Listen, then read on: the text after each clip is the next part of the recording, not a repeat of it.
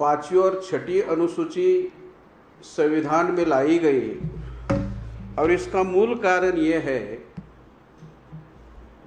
24 सितंबर 1932 को पूना पैक्ट हुआ और पूना पैक्ट के तहत बाबा साहब अम्बेडकर ने राउंड टेबल कॉन्फ्रेंस में लड़ झगड़ कर, खासकर अंग्रेज़ों से लड़ झगड़ कर जो हक और अधिकार पाए थे, गांधी जी ने अपनी जान की बाजी लगाई और जान की बाजी लगाकर डॉक्टर बाबा साहब अम्बेडकर द्वारा जो अधिकार पाए थे, हासिल किए गए थे, वो सारे अधिकार छीन लिए गए। तो बाबा साहब एक योद्धा थे। उन्होंने सोचा कि पूना पैक्ट की वजह से एससी का बहुत बड़ा नुकसान हुआ है, अनुसूचित जाति के लोगों का, अछूत लोगों का बहुत बड़ा नुकसान हुआ है और ऐसा नुकसान हमारे आदिवासी लोगों का, शेड्यूल ट्राइब्स के लोगों का, जो जंगल में निवास करते ऐसे लोगों का नहीं होना चाहिए। और इसके लिए बाबा साहब अम्बेडकर ने 5वीं और 6ठी अनुसूची का प्रावधान किया। अब ये 5वीं और 6ठी अनुसूची क्या है, ये समझने के पहले और 2 शब्द हम लोगों को समझने होंगे। उसमें एक शब्द है सलवा जुड़ूम और दूसरा शब्द है नक्सलवाद। उसमें से जो पहला शब्द है सलवा जुड़ूम, सलवा जुड़ूम का क्या अर्थ है? तो सलवा जुड़ूम का मतलब है तैयारी करके शिकार के लिए निकलना। छत्तीसगढ़ राज्य में बस्तर जिला है और बस्तर जिले में माड़िया या मारिया नाम की एक आदिवासी जाति है और उस आदिवासी जाति का ये शब्द है। मतलब बस्तर, छत्तीसगढ़ में बस्तर जिले में जहाँ माड़िया आदिवासी लोग रहते हैं, उस माड़िया आदिवासी लोगों के अंदर नीचे बहुत सारे धातु की माइंस है और ये लोग अनपढ़ है, गवार है, जाहिल है और इन लोगों को आदिवासी भाषा में अबुझमार भी कहते हैं और अबुझमार का मतलब है नासमझ और नासमझ का मतलब है कि इनको कोई समझ में नहीं आता। तो ये जो 5वीं और 6ठी अनुसूची है, इसके तहत वो सलवा जुड़ूम जो है, भारत सरकार ने विदेशी लोगों के साथ साथ पूरे भारत का सैटेलाइट सर्वे किया और सैटेलाइट सर्वे करने के बाद उनको पता चला कि जहाँ जहाँ हमारे आदिवासी निवास करते हैं, जहाँ जहाँ हमारे आदिवासी रहते हैं और उनके नीचे जहाँ रहते हैं उनके नीचे लगभग 89 प्रकार के मूल्यवान धातु है और उस 89 प्रकार के मूल्यवान धातु की अंदाजित कीमत है 11,000 लाख करोड़, इतनी कीमत है उनकी। और ये जो 11,00,000 करोड़ रुपए की लागत के जो धातु है, आदिवासी जहां बसते हैं उनके नीचे है। तो भारत देश के लोग जो है, खासकर ब्राह्मण बनिया लोग, उनके सामने एक संकट खड़ा हुआ कि जहां आदिवासी बसते हैं, जहां आदिवासी रहते हैं, उनके नीचे ये धातु है और उनकी कीमत इतनी है और ये कीमत इतनी है कि 11,00,000 करोड़ का मतलब होता है कि हर आदिवासी को 35% भी रॉयल्टी दी जाए तो भारत का हर आदिवासी, जो भारत के आदिवासी की संख्या आज की तारीख में 11,66,972 है, 11,66,972 आदिवासी लोग, अगर उनको 35% रॉयल्टी भी दी जाती है तो हर आदिवासी हमारा करोड़पति हो सकता है।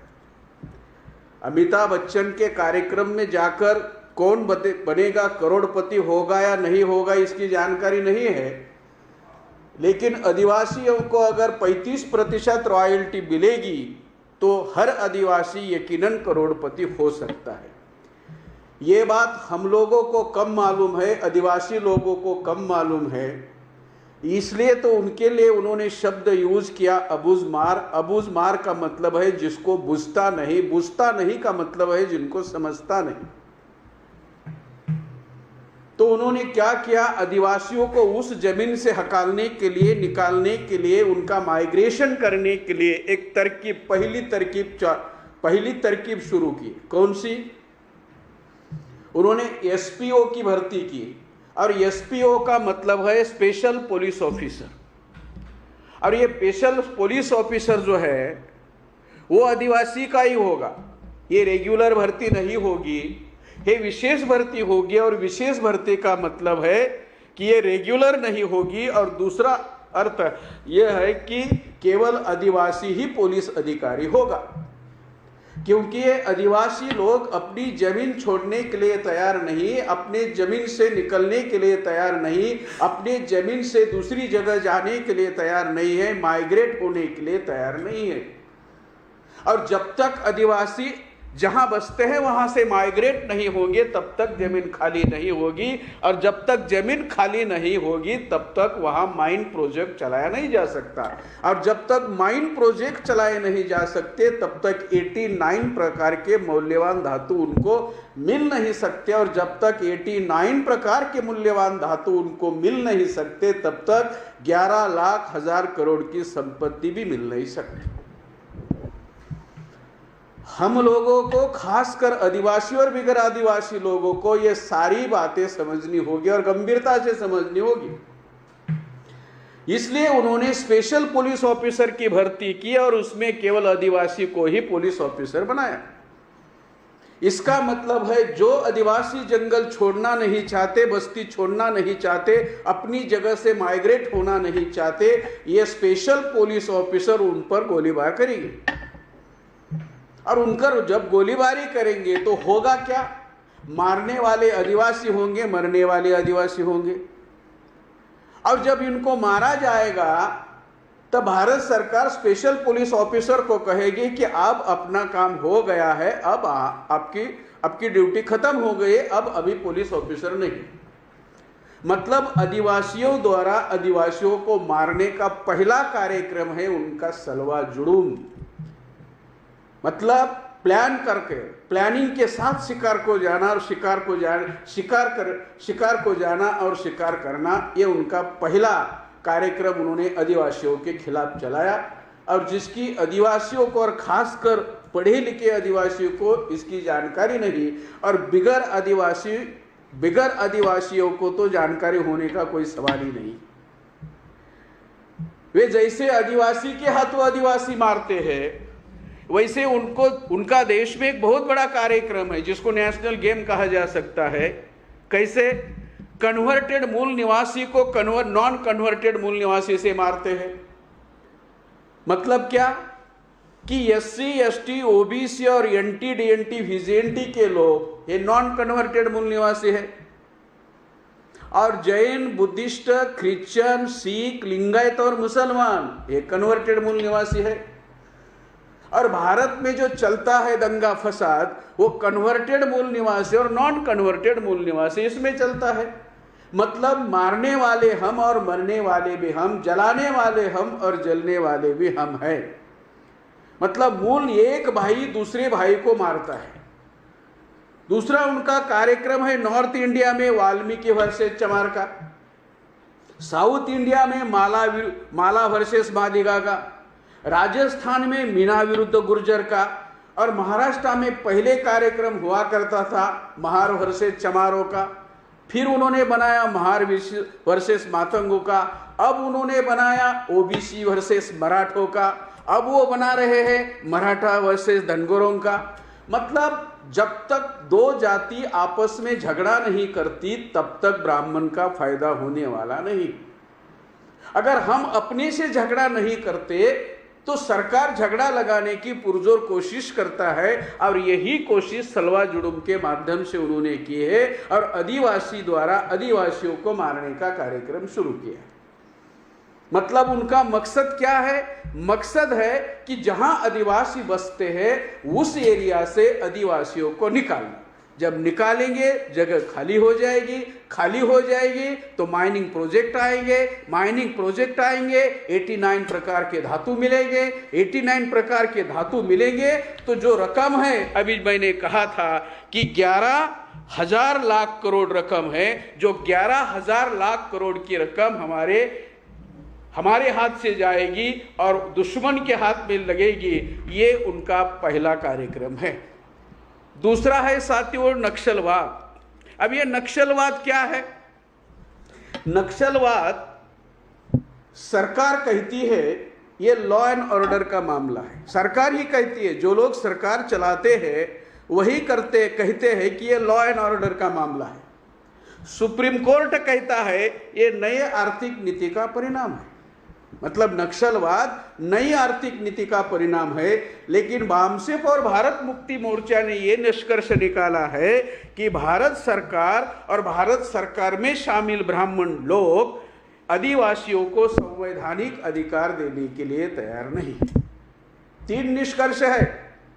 पहला निष्कर्ष है सरकार का, और वो मीडिया के द्वारा बताने की कोशिश कर रही है कि ये क्या है, ये केवल लॉ एंड ऑर्डर का मामला है, क्योंकि पहले 226 जिलों में नक्सलवाद था, अब ये फैलकर 272 जिलों में फैल गया है। इसलिए सरकार कहती है लॉ एंड ऑर्डर का मामला है। और सरकार के बाद सुप्रीम कोर्ट कहता है कि सरकार ने जो 91 से नई आर्थिक नीति अवलंब की है वो आर्थिक नीति का ये परिणाम है।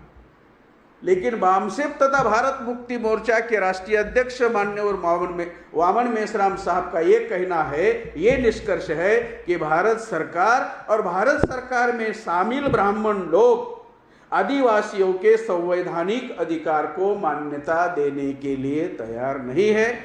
और मुझे लगता है ये तीसरा जो है वो सही है, क्योंकि भारत सरकार और भारत सरकार में शामिल ब्राह्मण लोग आदिवासी लोगों को जो संविधान अधिकार मिले हैं वो संवैधानिक अधिकार देने के लिए तैयार नहीं।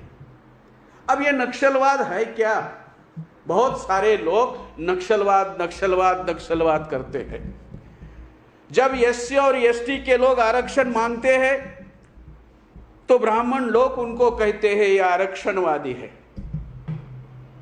ओबीसी लोगों को कहते हैं ये जातिवादी है, मुसलमान लोगों को कहते हैं ये आतंकवादी है, और आदिवासी लोगों को कहते हैं ये नक्सलवादी है।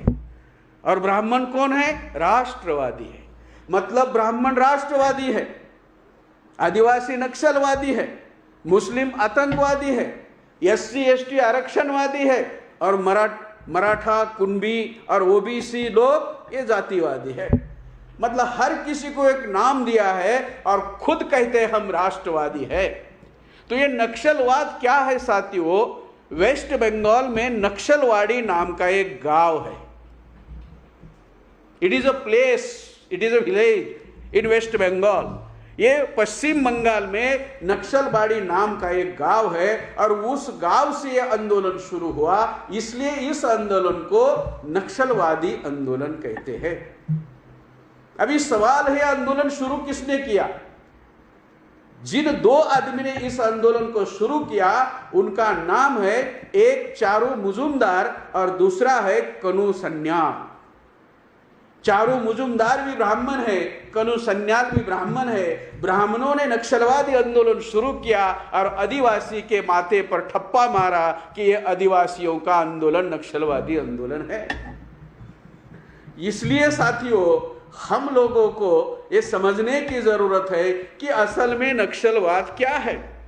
और सबसे ज्यादा महत्वपूर्ण जो बात है वो ये बात ये है कि जहां हमारे आदिवासी भाई बसते हैं उन्होंने नक्सलवाद क्यों शुरू किया, नक्सलवादी आंदोलन शुरू क्यों किया? 91 से यह आंदोलन लगभग समाप्त हो चुका था, लेकिन फिर दोबारा ये आंदोलन कैसे फिर शुरू हुआ, इसका पुनर्स्थापना कैसे हुई, ये देखने के लिए भी एक उदाहरण देखना जरूरी है। जैसे मैंने अभी कहा कि जहां आदिवासी बसते हैं उन आदिवासियों के नीचे जंगल में, उस जंगल के नीचे 89 प्रकार के मूल्यवान धातु है, और जिसकी अंदाजित कीमत है 11,000 लाख करोड़ रुपए। और ये सैटेलाइट सर्वे हुआ भारत सरकार की मदद से। विदेशी कंपनियों ने, मल्टीनेशनल कंपनियों ने, बहुराष्ट्रीय कंपनियों ने इसका सैटेलाइट सर्वे किया और सर्वे के बाद इनको ये खनिज पदार्थों का पता चला, इस मौल्यवान धातुओं का पता चला। अब इनके मुंह में लालच, इनके मुंह में पानी आया और उनको ये जमीन चाहिए। मतलब विदेशी लोग, बहुराष्ट्रीय कंपनियां वाले लोग, एमएनसी वाले लोग इस जमीन को खरीदना चाहते हैं। भारत सरकार यह जमीन उनको बेचना चाहती है। भारत सरकार ये जमीन उनको बेचना चाहती है, विदेशी लोग ये जमीन खरीदना चाहते हैं। ये सब कुछ हो रहा है, लेकिन इसमें एक समस्या है और वो समस्या बाबा साहब अम्बेडकर ने निर्माण की है। विदेशी कंपनियां इस जमीन को, जहां आदिवासी बसते हैं, वह जमीन खरीदना चाहती है और भारत सरकार उसको जमीन बेचना भी चाहती है। लेकिन एक समस्या है और उस समस्या का नाम है डॉक्टर अंबेडकर। उस समस्या का नाम है डॉक्टर अंबेडकर द्वारा लिखा हुआ संविधान, और उस समस्या का नाम है उस संविधान की 5वीं और 6ठी अनुसूची, 5th and 6th शेड्यूल। क्योंकि ये 5वीं और 6ठी अनुसूची के अनुसार केंद्र सरकार, भारत सरकार कोई भी हो, आदिवासी की जमीन खरीद नहीं सकती, जबरदस्ती से छीन नहीं सकती, जबरदस्ती से छीनना छोड़ो, खरीद भी नहीं सकती। अब खुद भारत सरकार अगर 5वीं और 6ठी अनुसूची के अनुसार आदिवासियों की जमीन छीन नहीं सकती, खरीद नहीं सकती, जबरदस्ती नहीं कर सकती, तो विदेशी लोग ये जमीन खरीदे, इसका तो सवाल ही पैदा नहीं होता। जब भारत सरकार ये जमीन खरीद नहीं सकती तो विदेशी लोग इसको खरीदे, इसका कोई सवाल पैदा नहीं होता। और इसका मूल कारण है, कौन सा मूल कारण है? इसका मूल कारण है 5वीं और 6ठी अनुसूची। और 5वीं और 6ठी अनुसूची के अनुसार भारत सरकार और विदेशी लोगों का सांठगांठ हुआ है, फिर भी भारत सरकार उनको बेचना चाहती है पर बेच नहीं सकती। इसलिए भारत सरकार और विदेशी लोगों ने, बहुराष्ट्रीय कंपनियां चलाने वाले लोगों ने, एमएनसी चलाने वाले लोगों ने, मल्टीनेशनल कंपनियां चलाने वाले लोगों ने एक अंतर्राष्ट्रीय समझौता किया, एक गुप्त समझौता किया, और गुप्त समझौते के तहत उन्होंने आदिवासियों को उस जंगल से निकालने का, हकालने का, माइग्रेट करने का प्लान बनाया। क्योंकि अगर आदिवासी अंतर्राष्ट्रीय न्यायालय में भी जाते हैं तो उनको समर्थन नहीं मिलना चाहिए, इसलिए उनको नक्सलवादी घोषित किया।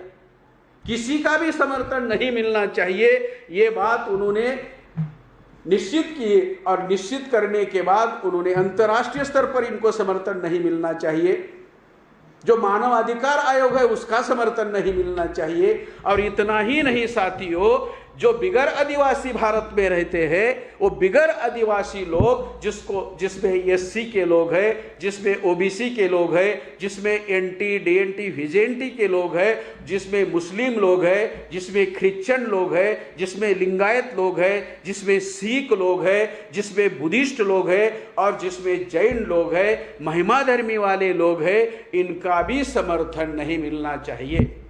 मतलब आदिवासियों को सिंगल आउट करने के लिए उन्होंने ये प्लान बनाया और नक्सलवाद का मुद्दा लाया। मतलब आदिवासियों को सिंगल आउट करने के लिए उन्होंने सलवा जुलूम लाया, आदिवासियों को सिंगल आउट करने के लिए उन्होंने दूसरा नक्सलवाद का मुद्दा लाया, और बिगर आदिवासी का आदिवासियों को समर्थन ना मिले इसकी व्यवस्था की। हम बिगर आदिवासी है, हम एससी है, हम ओबीसी है, हम एनटी है, हम डीएनटी है, हम विजेएनटी है, हम मुस्लिम है, हम सिख है, हम क्रिश्चियन है, हम बुद्धिस्ट है, हम जैन है, हम लिंगायत है, हम आदिवासियों को समर्थन देना चाहते हैं। लेकिन जब भारत सरकार उनको नक्सलवादी कहती है, जब मीडिया उनको नक्सलवादी कहते हैं, तो हम कैसे समर्थन देंगे? मतलब बिगर आदिवासियों का आदिवासियों को किसी भी हालत में समर्थन नहीं मिलना चाहिए। इसके लिए वो आदिवासियों को आइसोलेट करना चाहते हैं, अलग करना चाहते हैं और अलग करके पीटना चाहते हैं। ये जितने जल्दी आदिवासी लोग समझे उससे भी ज्यादा जल्दी जो बिगर आदिवासी है उन लोगों को ये बात समझ में आनी चाहिए। और इसलिए आदिवासियों को अलग करने के लिए ये अलगीकरण का मुद्दा है, ये सेग्रीगेशन का मुद्दा है। और आदिवासियों को अलग करने के लिए इन्होंने गैर आदिवासी का आदिवासियों को समर्थन ना मिले, क्योंकि ये न्याय संगत लड़ाई है, न्यायपूर्ण लड़ाई है। आदिवासियों को न्याय मिलना चाहिए, बिगर आदिवासी समर्थन देना चाहते हैं, लेकिन उनको केवल नक्सलवादी घोषित करने की वजह से बिगर आदिवासी उनको समर्थन देने के लिए तैयार नहीं, और अंतर्राष्ट्रीय न्यायालय में भी उनको न्याय मिलने वाला नहीं, इसकी उन्होंने पूरी व्यवस्था की है।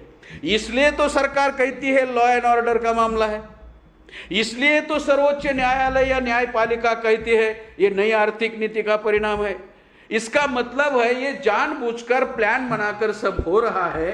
इसमें सबसे पहला मुद्दा इन शॉर्ट में आपको बताना चाहूंगा कि सरकार आदिवासियों की जमीन हड़प करना चाहती है, और वो जमीन उनको संविधान के 5वीं और 6वीं अनुसूची के अनुसार हड़प नहीं कर सकते। दूसरा, उसके लिए आदिवासी आंदोलन कर रहे हैं और गैर आदिवासी को उनका समर्थन मिल सकता है। ये गैर आदिवासी का समर्थन उनको नहीं मिलना चाहिए, इसलिए आदिवासियों को भारत सरकार या मीडिया नक्सलवादी घोषित करता है।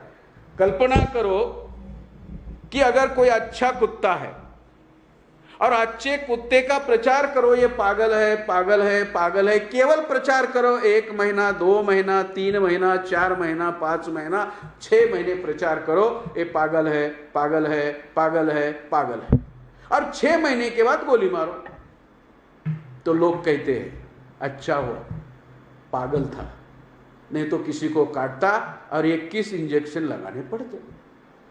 मतलब पहले वो प्रचार करते हैं पागल है पागल है पागल है, और फिर गोली मारते हैं। जो गलत है उसको जायज ठहराने का मामला है। वैसे ही आदिवासी को पहले प्रचार करते हैं, प्रोपोगंडा करते हैं, आदिवासी नक्सलवादी है नक्सलवादी है नक्सलवादी है, और कोई कोई गोली मारता है, और जब उनको गोली मारी जाती है तब लोग कहते हैं अच्छा हुआ नक्सलवादी मरा। मतलब नक्सलवादी के नाम पर आदिवासियों को मारने का यह फंडा उन्होंने शुरू किया है, ताकि आदिवासी अपनी जल जंगल और जमीन को छोड़कर दूसरे एरिया में शिफ्ट हो जाए, माइग्रेट हो जाए, स्थलांतरित हो जाए, स्थानांतरित हो जाए, वहां से चले जाए, ताकि उस जमीन के नीचे गड़े हुए जो भी मूल्यवान धातु है उनको मिले। ये सोची समझी साजिश उन्होंने रची है, और उस साजिश के हम लोग शिकार हो गए। इसलिए साथियों 5वीं और 6वीं अनुसूची अगर हम लोगों को समझनी है तो ये 5वीं और 6वीं अनुसूची के लिए सलवा जुड़ुम और नक्सलवाद, इस मुद्दे को पहले हमें समझना होगा। जब तक इस मुद्दे को हम समझ नहीं पाएंगे तब तक 5वीं और 6वीं अनुसूची हमारे समझ में नहीं आएगी। अभी जो दूसरा मुद्दा है साथियों कि आदिवासियों को संविधान में मिले तमाम मौलिक अधिकारों को अनुसूची 9 में डाले बगैर आदिवासियों का विकास संभव नहीं है। साथियों, ये जो 5वीं और 6वीं अनुसूची है इसकी एक विशेषता है। क्या विशेषता है? इसकी विशेषता है कि यह स्वायत्त प्रशासन है। मतलब आदिवासी ही आदिवासी का राजा है। मतलब उस एरिया में, उस गांव में, उस तहसील में, उस जिले में, उस राज्य में आदिवासी का शासन और प्रशासन चलेगा। मतलब ये स्वायत्त होगा। और आदिवासी वहां किसी गांव में अगर कलेक्टर को जाना है भारत सरकार के, एसपी को जाना है भारत सरकार के, तो उस कलेक्टर को और एसपी को भी जो आदिवासी उस गांव का मुखिया है उसके पहले परमिशन लेनी पड़ती है, और उसने परमिशन दी तो गांव के अंदर प्रवेश करने की अनुमति है। इसको शेड्यूल एरिया बोलते हैं। अभी बाबा साहब ने यह व्यवस्था की क्योंकि एससी का नुकसान पुनः पैक से हो, आदिवासी का नहीं होना चाहिए। तो आदिवासी का नुकसान ना हो इसलिए 5वीं और 6वीं अनुसूची की व्यवस्था की, उनको स्वतंत्र किया। उम्मीदवार भी उनका ही होगा, वोट देने वाला भी उनका ही होगा, चुनकर आने वाला भी उनका ही होगा, हर चीज उनकी होगी। और ये पांचवी और छठी अनुसूची उन्होंने इसलिए लाई ताकि एससी जैसा एसटी का नुकसान ना हो, क्योंकि एससी हमारा भाई है, एसटी हमारा भाई है, ओबीसी हमारा भाई है, एनटी डीएनटी वीजेंटी हमारा भाई है, और इनमें से जिन्होंने धर्म परिवर्तन किया वे जैन, बौद्ध, क्रिश्चियन, मुस्लिम, सिख और लिंगायत हमारे भाई है। और इन लोगों की व्यवस्था बाबा साहब अम्बेडकर ने भारतीय संविधान में की है। तो कानून तो मतलब संविधान में सूची डाली, संविधान में आर्टिकल लिखा, लेकिन केवल संविधान में आर्टिकल लिखने से काम नहीं होता। ये संविधान लागू होने के बाद 70 साल हो गए, हमें पता चल गया कि केवल आर्टिकल लिखने से काम नहीं होता। मैं तो शुक्रगुजार मानता हूं बामसेप और बामसेप चलाने वाले नेताओं का, खासकर बामसेप के विद्यमान राष्ट्रीय अध्यक्ष वामन मेश्राम साहब का, इसलिए शुक्रगुजार हूं, इसलिए धन्यवाद उनको देना चाहूंगा कि उन्होंने कम से कम पांचवी और छठी अनुसूची आदिवासी लोगों में चर्चा करने के लिए लाई। इसकी तो चर्चा भी नहीं होती थी, जानकारी भी नहीं थी। बामसेप के माध्यम से हर साल इस पर सब्जेक्ट रख के ये चर्चा में लाना शुरू किया, तब लोगों को पता चला कि पांचवी और छठी अनुसूची संविधान में है और वो हमारे लिए है, हमारे स्वायत्त शासन के लिए है, हमारे अलग से प्रशासन के लिए है, और भारत सरकार भी इसमें हस्तक्षेप नहीं कर सकती। तब जाकर पता चला लोगों के पांचवी और छठी अनुसूची है। अभी साथियों, आर्टिकल एक होता है, आर्टिकल को लागू करने के लिए कानून। जैसे बाबा साहब अम्बेडकर ने आर्टिकल 15 के तहत, आर्टिकल 16 के तहत, आर्टिकल 15 के तहत शिक्षा का प्रावधान, शिक्षा का रिजर्वेशन दिया, आर्टिकल 16 के तहत नौकरी का रिजर्वेशन दिया। लेकिन केवल का आर्टिकल लिखा, संविधान में आर्टिकल है, लेकिन उसका अमल करने के लिए कोई कानून नहीं है। इसलिए आज तक एससी और एसटी को जितना भी आरक्षण मिला है उसका अमल नहीं हुआ है। संविधान में जितना प्रावधान किया है उतना आरक्षण हम लोगों को नहीं मिला है। हमारा बैकलॉग अभी भी अधूरा है। इसलिए हम डिमांड करते हैं कि रिजर्वेशन इंप्लीमेंटेशन एक्ट होना चाहिए। 2004 में कांग्रेस ने अपने मैनिफेस्टो में यह मुद्दा डाला था, लेकिन कांग्रेस सत्ता पर आने के बाद ऐसा कुछ काम नहीं करते। वो चुनकर आई इस मुद्दे पर, और 2000 से 2009 और 9 से 14 तक कांग्रेस 10 साल सत्ता में थी, लेकिन कांग्रेस ने रिजर्वेशन इंप्लीमेंटेशन एक्ट मैनिफेस्टो में लाया मगर अमल में नहीं लाया। मैं आपको बताने की ये कोशिश कर रहा हूं, एक होता है आर्टिकल और दूसरा होता है उस आर्टिकल को प्रभावी तरीके से अमल में लाने के लिए कानून। दूसरा आर्टिकल 17 बाबा साहब ने लाया, और आर्टिकल 17 क्या है? आर्टिकल 17 है अस्पृश्यता का पालन करना कानूनन गुनाह है, अपराध है। तो अछूतापन का पालन करना अगर अपराध है, ये आर्टिकल लिखा, लेकिन उसका अमल करने के लिए 1955 को कानून लाया, और वो बाबा साहब अम्बेडकर ने कानून लाया। कौन सा? Civil rights protection act 1955। मतलब संविधान में केवल आर्टिकल है, लेकिन आर्टिकल का ईमानदारी से और पूरी निष्ठा से अगर पालन करना है और यह लागू करना है, सक्रियता से लागू करना है, तो कानून बनाना पड़ेगा। क्योंकि जिनके हाथ में संविधान है और भारत की सत्ता है, देश चलाने की सत्ता है, वे उन लोगों की मंशा नहीं है, इच्छा नहीं है कि वो कानून लागू हो, लेकिन वो करना चाहिए। इसलिए बाबा साहब अम्बेडकर जब हयात थे, जिंदा थे, तब 1955 में उन्होंने कानून लाया। कौन सा? Civil rights protection act 1955। और उसमें भी सेक्शन 7 और सेक्शन 8 है जो अस्पृश्यता का पालन करने के विरोध में है। 123 प्रकार की अस्पृश्यता उन्होंने वहां बताई है। मैं बताने की ये कोशिश कर रहा हूं साथियों कि पांचवी और छठी अनुसूची है संविधान में, लेकिन पांचवी और छठी अनुसूची को लागू करने के लिए कानून कहां है? जैसे बाबा साहब अम्बेडकर ने अस्पृश्यता नष्ट करने हेतु जैसे सिविल राइट्स प्रोटेक्शन एक्ट 1955 लाया, वैसे अभी 89 को राजीव गांधी ने भी एक्ट बनाया उसमें सुधार करके, और वो एक्ट का नाम है SC/ST एट्रोसिटी प्रिवेंशन एक्ट 1989। अभी ये भी क्यों बनाया, इसके पीछे भी राजीव गांधी की एक सोच है। क्या सोच है? वो ऐसे ही कानून नहीं बनाते, जानबूझकर कानून बनाते हैं। जो 55 को कानून बना उसमें एक खास विशेषता थी साथियों, 55 के कानून के तहत जितनी भी एट्रोसिटी केसेस हुई वो केवल ब्राह्मणों के ऊपर हुई।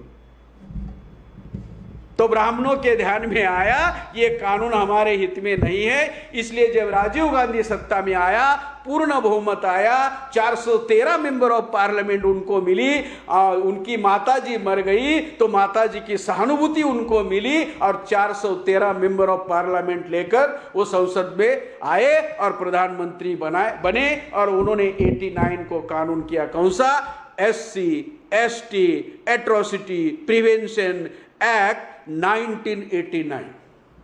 क्या उद्देश्य था उनका? उनका उद्देश्य था गांव में SC और ST पर, खासकर SC पर कौन अन्याय करता है? तो OBC करता है।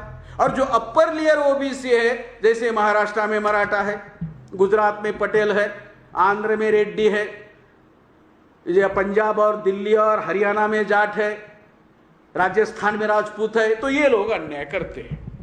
जब ये लोग अन्याय करेंगे, अपर लेयर OBC वाले अगर ये अन्याय करेंगे तो SC/ST वाले उनके खिलाफ केसेस दायर करेंगे। जब SC/ST वाले उनके खिलाफ केसेस दायर करेंगे तो SC/ST वर्सेस OBC का झगड़ा लग जाएगा, हमारा क्या जाएगा? और जैसा राजीव गांधी ने सोचा वैसा ही हुआ। मतलब पहले 95 के कानून से केवल ब्राह्मणों पर एट्रोसिटी के केसेस होते थे, और 89 के बाद वो जो अपर लेयर OBC है उनके ऊपर एट्रोसिटी के केसेस होने लगे। मतलब बाबा साहब अम्बेडकर ने भारतीय संविधान में जिनके लिए प्रावधान किया, SC के लिए, ST के लिए, OBC के लिए, NT DNT विजेंटी के लिए, और इनमें से धर्म परिवर्तन किए हुए लोगों के लिए और महिलाओं के लिए, इनको बाबा साहब एक समाज बनाना चाहते थे, एक बड़ा प्रवर्ग बनाना चाहते थे, और उसमें दरार पैदा करने का काम राजीव गांधी द्वारा हुआ। मैं ये आपको समझाने की कोशिश कर रहा हूं अनुसूची 9 की तरफ जाने के लिए, कि कोई भी अगर कानून, कोई भी आर्टिकल है तो आर्टिकल को अमल में लाने हेतु कानून होना अनिवार्य है। वैसे 5वीं और 6ठी अनुसूची के अनुसार वो आदिवासी एरिया में कोई आ नहीं सकता, और आदिवासी की जमीन कोई छीन नहीं सकता, ना खरीद सकता है। केवल आदिवासी की जमीन आदिवासी ही खरीद सकता है, अगर ऐसा कानून है। और यह स्वायत्त शासन और प्रशासन है, संविधान में है। दिखने के लिए अच्छा है, बोलने के लिए और भी अच्छा है, और सुनने के लिए उससे भी ज्यादा अच्छा है, लेकिन अमल करने के लिए कानून का है। इसलिए ये जो पहला सब्जेक्ट आपने रखा था, जो मैंने दूसरी बार पढ़ा, वो है आदिवासियों को संविधान में मिले तमाम मौलिक अधिकारों को अनुसूची 9 में डाले बगैर आदिवासियों का विकास संभव नहीं। जैसे मैंने उदाहरण देकर आपको बताया एट्रोसिटी के बारे में, वैसे ये आदिवासी के लिए जो 5वीं और 6ठी अनुसूची है, इसको लागू करने के लिए, वर्ड एंड स्पिरिट से लागू करने के लिए, पूरी ईमानदारी निष्ठा से लागू करने के लिए, अगर लागू करना है ईमानदारी और निष्ठा से, तो आपको 9वीं अनुसूची में डालना होगा और कानून बनाना होगा। 5वीं और 6ठी अनुसूची अमल करने वाला कानून। अगर ऐसा हम बनाते हैं तब जाके 5वीं 6ठी अनुसूची लागू होगी। अगर 5वीं 6ठी अनुसूची लागू होगी तो आदिवासियों का शासन प्रशासन स्वायत्त होगा। अगर ऐसा होगा, वहां जहां बसते हैं वो जंगल, वो जमीन, ये सब जंगल, जमीन और जल उनका होगा और उस पर कोई अतिक्रमण नहीं कर सकता। ये कानून बनाने से होगा। अब कानून बनाने का काम कौन करता है?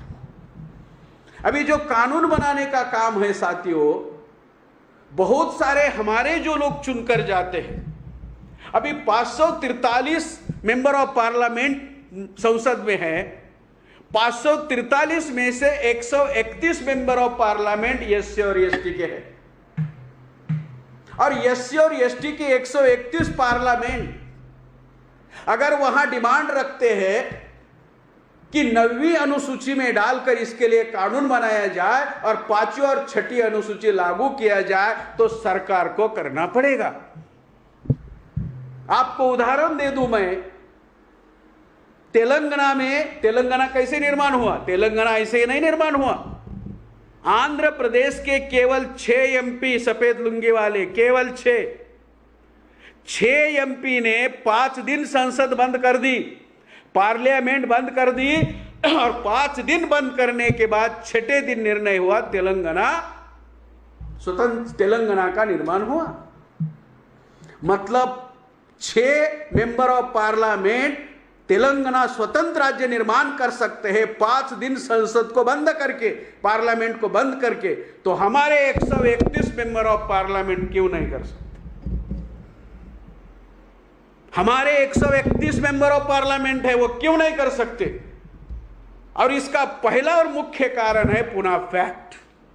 पूना पैक्ट की वजह से ये लोग नहीं कर सकते, क्योंकि उसी समय बाबा साहब ने कहा था, Poona pact disfranchise our people. Poona pact ने हमारे लोगों को वोट के अधिकार से प्रभावहीन किया। कैसे? हम जिसको चुनना चाहते हैं वो चुनकर नहीं जाता, और हम जिसको चुनना चाहते हैं वो चुनकर नहीं जाता, और जिसको चुनना नहीं चाहते साला वो चुनकर जाता है। ये निर्णय कौन ले रहा है? अभी सीएए का निर्णय, एनआरसी का निर्णय, एनपीआर का निर्णय कौन ले रहा है?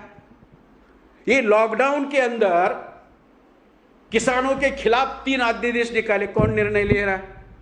कामगारों के खिलाफ कानून बनाए, कौन निर्णय ले रहा है? भाजपा सरकार, केंद्र सरकार निर्णय ले रही है ना।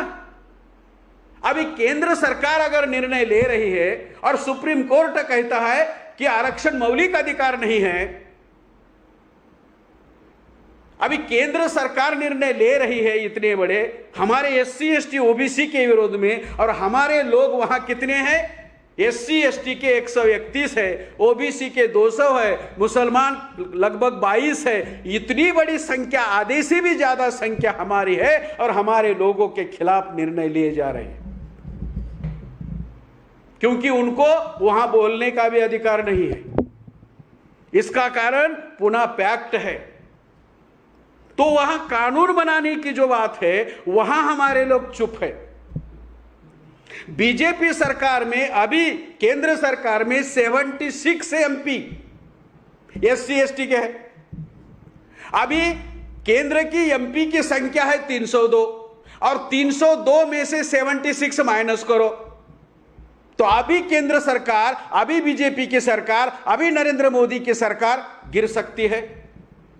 गिराना इनके हाथ में है, लेकिन ये ऐसा नहीं कर रहे, क्योंकि ये लोग एससी के हैं, ये लोग एसटी के हैं, ये लोग ओबीसी के हैं, ये लोग माइनॉरिटी के हैं, लेकिन काम कांग्रेस के लिए करते हैं, काम बीजेपी के लिए करते हैं, काम सीपीआई के लिए करते हैं, काम सीपीआईएम के लिए करते हैं, और काम तृणमूल के लिए करते हैं। 3.5% ब्राह्मणों की 5 नेशनल पार्टियां हैं, और ये हमारे लोग उनके लिए काम करते हैं।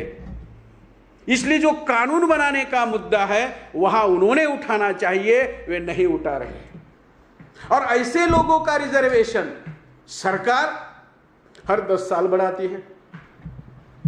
मतलब एससी एसटी का जो पॉलिटिकल रिजर्वेशन है वह 10 साल बढ़ाती है। इस रिजर्वेशन को 10 साल में बंद करने के लिए कहा था, वो सरकार 10 साल बढ़ाती है, जिसका कोई फायदा नहीं है।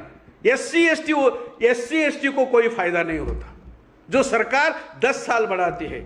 इसलिए हम लोगों ने एससी अर्थात अनुसूचित जाति की ओर से भारत मुक्ति मोर्चा के राष्ट्रीय अध्यक्ष मान्यवर वामन मेश्राम के साइन से गृह मंत्रालय को लेटर, राष्ट्रपति को लेटर दिया है कि आपने जो 10 साल का रिजर्वेशन एससी एसटी का पॉलिटिकल रिजर्वेशन बढ़ाया है, हम इसका विरोध करते हैं, क्योंकि हमारे लोग नहीं हैं। एक तो ये कांग्रेस के हैं या तो बीजेपी के हैं। अगर बच गए तो सीपीआई के हैं, और भी बच गए तो सीपीआईएम के हैं, और भी बच गए तो तृणमूल कांग्रेस के हैं। ये हमारे लोग नहीं है, इसलिए हम इसका विरोध करते हैं।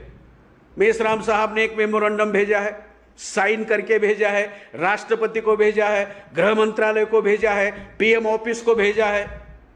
वैसे बामसेप के दिशा निर्देशन और नियंत्रण और निगरानी में काम करने वाला संगठन है राष्ट्रीय आदिवासी एकता परिषद, और उसके राष्ट्रीय अध्यक्ष है प्रोफेसर एच.एन. रेकवाल साहब। उनकी साइन से भी एक मेमोरेंडम हमने राष्ट्रपति भवन भेजा है कि एसटी के जितने भी लोग पुनः पैक से चुनकर जाते हैं, वो हमारे सही नुमाइंदे नहीं है, हमारे सही प्रतिनिधि नहीं है, या हमारे रियल रिप्रेजेंटेटिव नहीं है, और हम इसको मान्यता नहीं देते।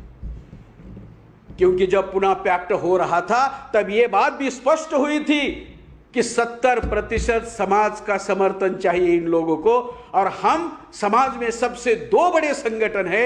एससी का सबसे बड़ा संगठन ये भारत मुक्ति मोर्चा है, जिसके राष्ट्रीय अध्यक्ष मान्यवर वामन मेश्राम साहब है, और आदिवासियों का सबसे बड़ा राष्ट्रीय स्तर का संगठन राष्ट्रीय आदिवासी एकता परिषद है, और उसके राष्ट्रीय अध्यक्ष प्रोफेसर एच.एन. रेकवाल साहब है, जो आपके एमपी के हैं, मध्य प्रदेश के हैं। जो लोग वहां बैठकर कानून बना सकते हैं वो नहीं बना रहे, इसलिए हमारी समस्या है। मैं तो ये कहता हूं कि ब्राह्मणों से हमारी कम समस्या है, हमारे लोगों से हमारी ज्यादा समस्या है। इसलिए यहां से आगे और एक निर्णय लिया जाएगा। जो हमारे एससी और एसटी के मेंबर ऑफ पार्लियामेंट या विधायक है, उनको हम घेराव करेंगे, छोड़ेंगे नहीं किसी को। अगर आप लोग एससी के नाम से चुनकर जाते हो, एसटी के नाम चुनकर जाते हो, और वहां बैठकर एससी और एसटी के खिलाफ कानून बनाते हो, जो सरकार कानून बनाती है उसका समर्थन करते हो।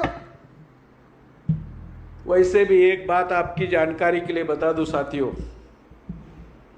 एमपी का मतलब मध्य प्रदेश नहीं, मेंबर ऑफ पार्लियामेंट का सबसे फर्स्ट एंड फॉरमोस्ट काम क्या है?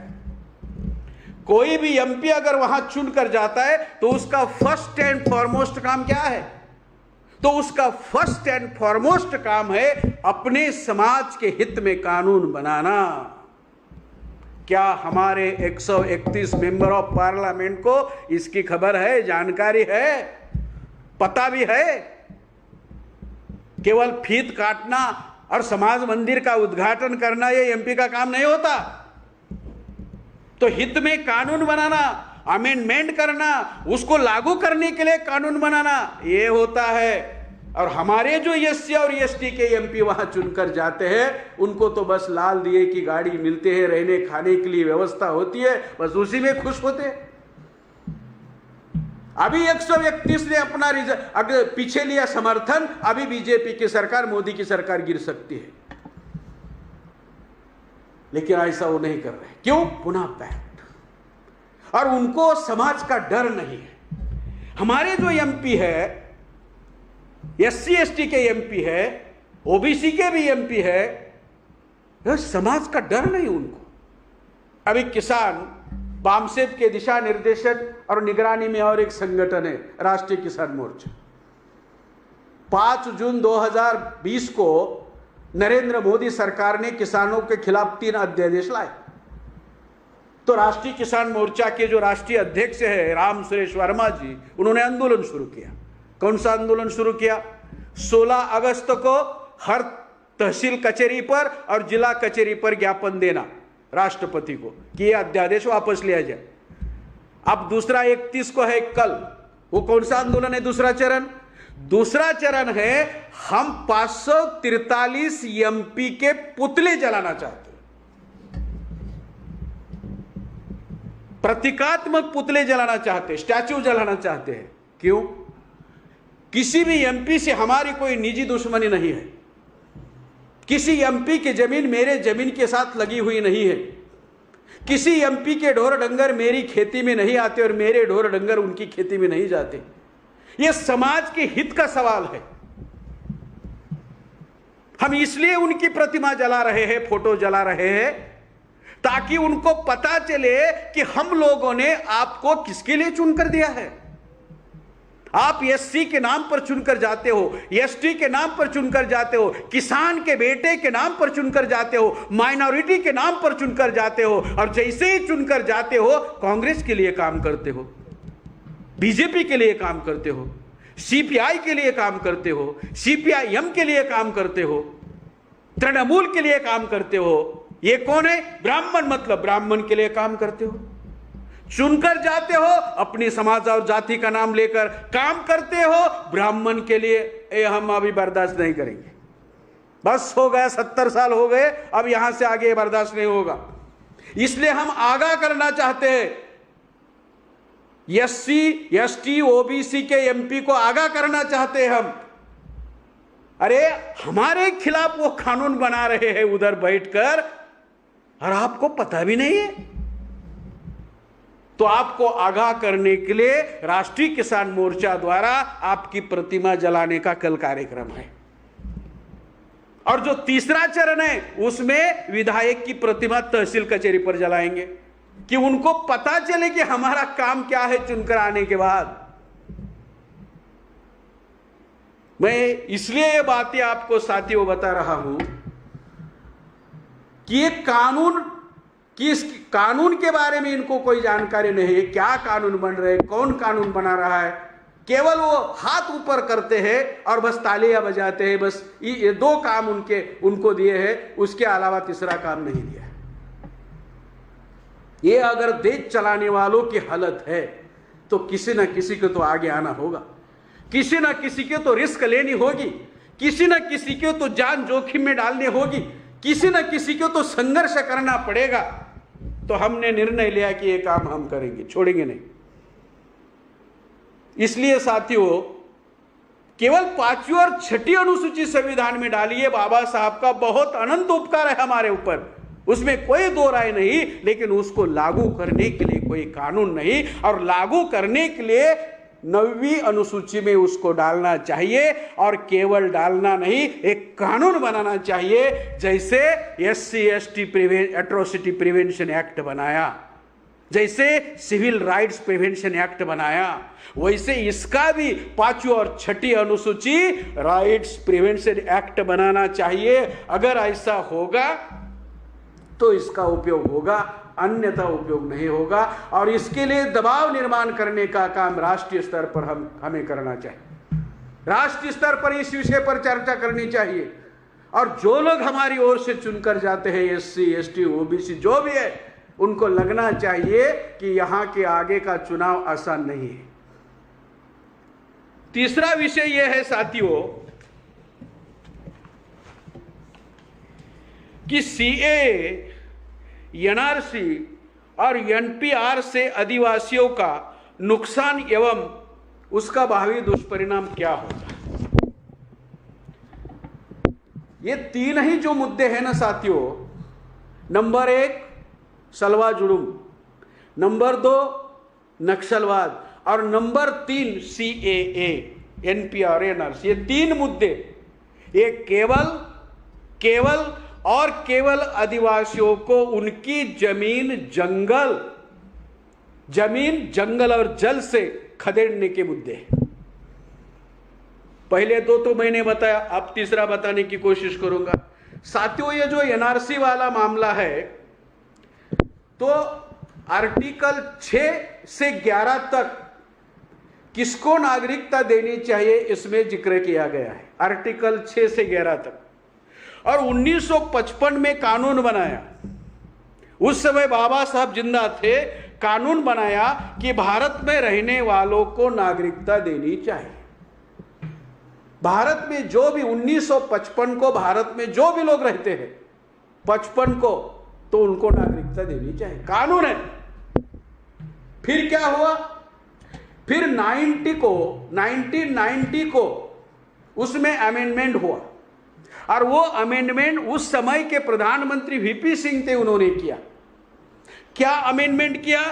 वीपी सिंह ने अमेंडमेंट किया कि 1955 के कानून के तहत उनके जो वारिस है, उत्तराधिकारी है, उनको भी भारत की नागरिकता देनी चाहिए।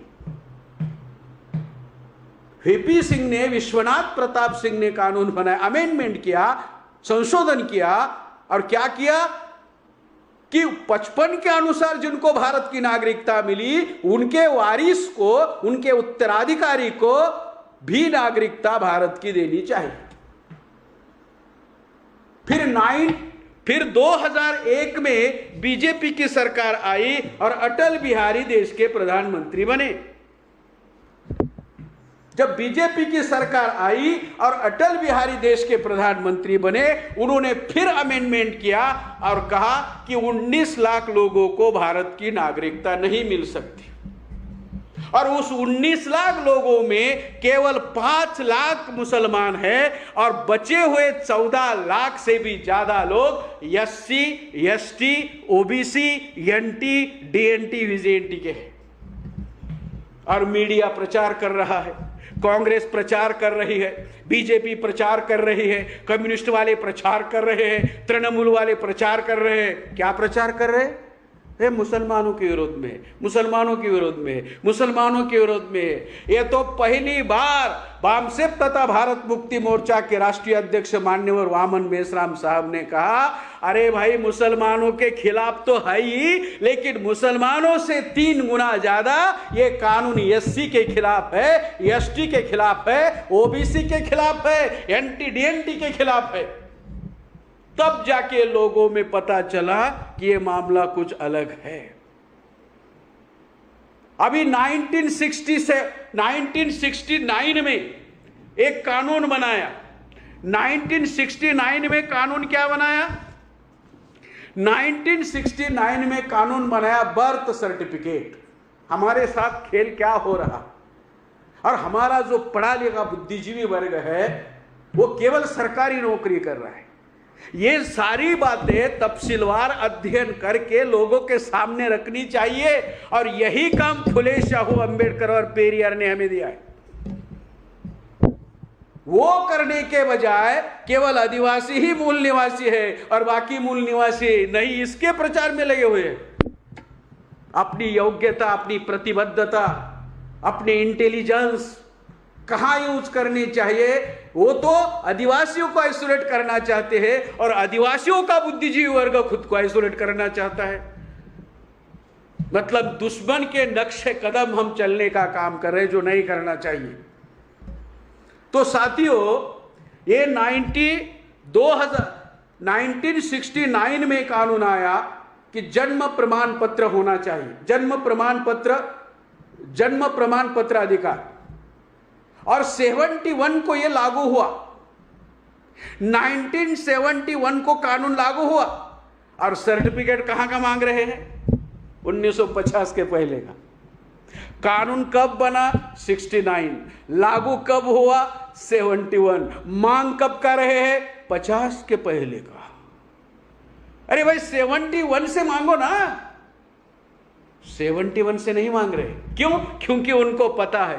क्या पता है? आदिवासी के पास बर्थ सर्टिफिकेट नहीं है। क्यों? वो माइग्रेट होते हैं हमेशा।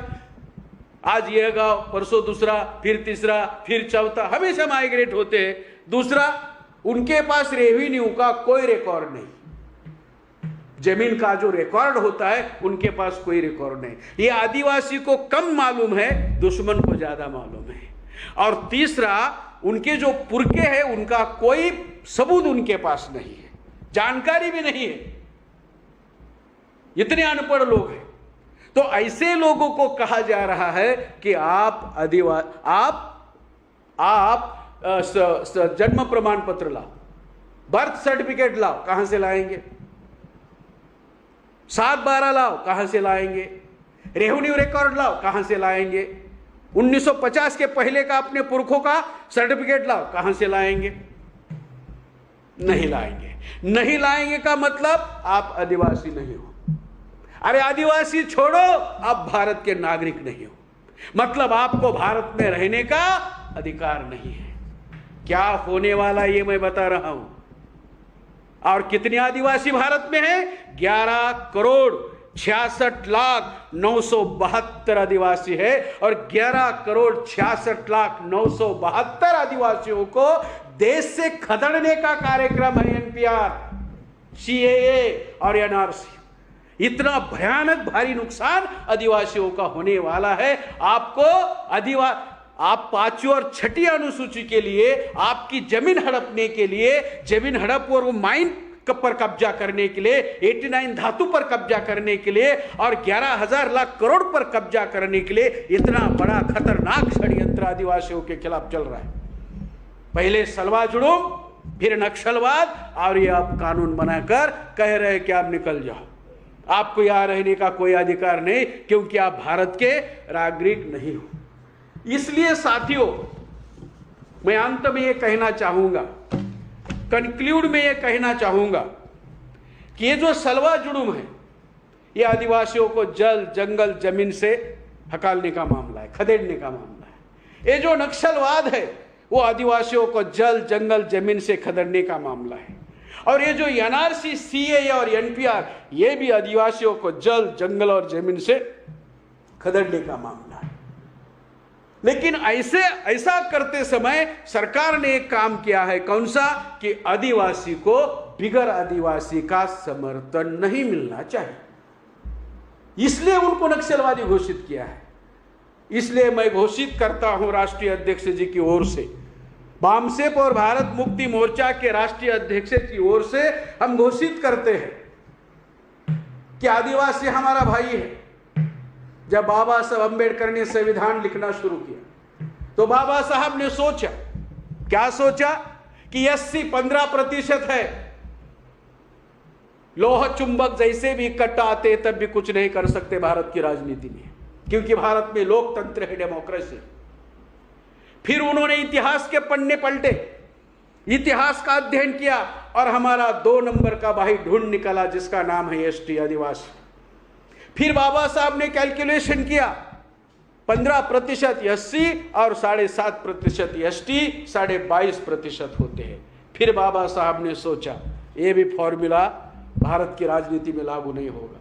फिर बाबा साहब ने इतिहास के पन्ने पलटे, इतिहास का अध्ययन किया और हमारा बड़ा भाई ढूंढ निकाला जिसका नाम है ओबीसी, और उनकी जनसंख्या 52% है। फिर हो गए 52 + 15 + 7.5 74.5। फिर बाबा साहब को लगा कि अब हमारा काम बन सकता है। फिर बाबा साहब ने इतिहास के पन्ने खोले, इतिहास का अध्ययन किया और हमारा 4 नंबर का भाई ढूंढ निकाला जिसका नाम है एनटी, डीएनटी, विजेएनटी, और उनको 46 के तहत उनके अधिकार उनको दिए, जनसंख्या के अनुसार दिए, संख्या के अनुपात में दिए। फिर बाबा साहब ने 5 नंबर का भाई ढूंढ निकाला जिसका नाम है कन्वर्टेड मूल निवासी। इसी मिट्टी में पैदा हुआ हमारे ही कुछ लोग मुसलमान बने, क्रिश्चियन बने, सिख बने, बुद्धिस्ट बने, जैन बने, लिंगायत बने, हमारे ही लोग हैं। तो उनकी भी व्यवस्था आर्टिकल 25 से लेकर आर्टिकल 30 तक की, और इसी देश की जो 50% आबादी है महिला, उनकी भी व्यवस्था हिंदू कोड बिल के तहत की। यह है संविधान। इसलिए हमारा यह निर्णय है, इसलिए हम यहां घोषणा कर रहे हैं कि हम आदिवासियों को हर तरह का समर्थन करेंगे। उनकी 5वीं और 6ठी अनुसूची लागू करने के लिए 9वीं अनुसूची में डालने हेतु और उसका कानून बनाने हेतु जितना हो सके हम उसका समर्थन आदिवासी का करेंगे, क्योंकि हमारा भाई है और भाई का एक भाई ने दूसरे भाई का समर्थन करना चाहिए। इसलिए बामसेप के दिशा निर्देशन और निगरानी में आज की तारीख में 86 सहयोगी संगठन है। बामसेप और बामसेप में सहयोगी संगठन भारत मुक्ति मोर्चा और भारत मुक्ति मोर्चा के सहयोगी संगठन, बहुजन क्रांति मोर्चा और उसमें शामिल संगठन, ऐसे सभी संगठनों का समर्थन हम आदिवासी को देंगे, लेकिन आदिवासियों को आइसोलेट और सेग्रीगेशन होने नहीं देंगे। लेकिन आदिवासी लोगों को भी मैं अपील करना चाहूंगा, खासकर पढ़े लिखे बुद्धिजीवी लोगों को अपील करना चाहूंगा कि हम आपको समर्थन देने के लिए तैयार है, आप लेने के लिए तैयार क्यों नहीं? हम देने के लिए तैयार हैं, और आप केवल आदिवासी ही मूल निवासी है ऐसा प्रचार करके क्या साबित करना चाहते हो? अकेले पढ़ना चाहते हो? दुश्मन की तो यही चाल है कि आपको आइसोलेट करे। और अगर आप लोगों ने, आदिवासी लोगों ने हमारा बगैर आदिवासी का समर्थन लिया, आपका क्या नुकसान है? क्या नुकसान है आपका? हम आपको समर्थन देंगे, और जब हमारा मुद्दा आएगा, एससी का मुद्दा आएगा, ओबीसी की जातिगत गिनती का मुद्दा आएगा, हमारे माइनॉरिटी के मुद्दे आएंगे, एनटी डीएनटी के, आप समर्थन दे दो, समर्थन ले लो और समर्थन दे दो। Give cooperation and take cooperation.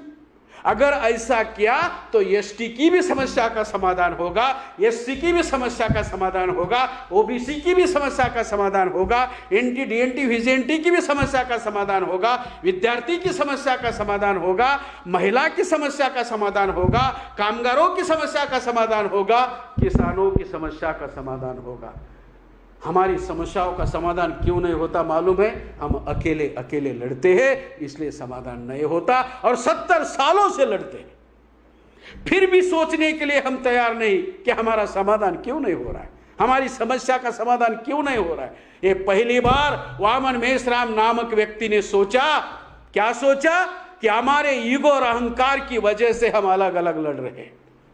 ये जो हमारा ईगो है, अहंकार है, इसकी वजह से हम अलग अलग लड़ रहे हैं। ब्राह्मणों ने जातियों का निर्माण किया, किस लिए?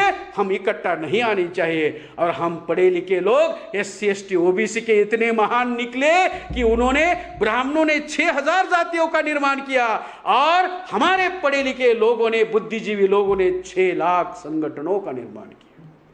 मतलब ब्राह्मणों से 100 गुना खतरनाक हम लोग हैं।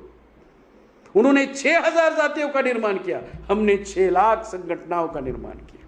कैसे एक हो गए? और अलग अलग लड़ रहे, अलग अलग लड़ रहे। कितने साल? 5 साल लड़ रहे, 10 साल से लड़ रहे, 25 साल से लड़ रहे, 50 साल से लड़ रहे, बस लड़ ही रहे।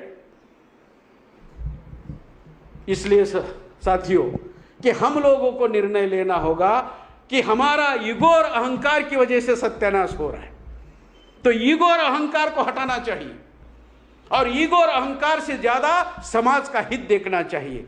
वो संविधान को जला रहे हैं चौराहे पर, जंतर मंतर पर। एलपीजी की वजह से पूरा संविधान उन्होंने खत्म किया है, कुछ बचा नहीं है। समाज का नुकसान हो रहा है, और हम 6 लाख दर हर रोज एक संगठन नया निर्माण कर रहे हैं। इसलिए अगर हमने हमारा ईगो और अहंकार साइड में रखा और समाज हित को ध्यान में रखा और हमारा एक ही दुश्मन है उसको निर्धारित किया, तो लड़ाई आसान होगी। और ये पहल कोई करे या ना करे, बामसेप ने की है, 2015 में की है, और तब से लेकर आज तक 6 लाख संगठनों में से हम 50 लाख संगठनों को हमारे साथ जोड़ने के लिए सफल हुए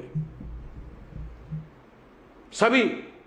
इसलिए बहुजन क्रांति मोर्चा नाम का प्लेटफॉर्म निर्माण किया है, और उस प्लेटफॉर्म के तहत हमने अपील की लोगों से। क्या अपील की? कॉमन मिनिमम प्रोग्राम बनाएंगे, कॉमन एजेंडा बनाएंगे। आपका झंडा लेके आओ, आपका डांडा लेके आओ, आपका एजेंडा लेके आओ, कोई प्रॉब्लम नहीं, लेकिन आओ। अब तक अकेले अकेले लड़े, सफल नहीं हुए, अब मिलकर लड़ेंगे, और मिलकर लड़ेंगे और दिखाएंगे 85% क्या होता है, बहुजन समाज क्या होता है, और मूल निवासी क्या होता है। अगर इसके लिए हम लोगों ने आदिवासी एरिया में जाकर, खासकर बामसेप और भारत मुक्ति मोर्चा के लोगों ने आदिवासी एरिया में जाकर इस तरह का प्रचार प्रसार करना होगा, और हम लोगों ने निर्धारित करना होगा कि हर रोज मैं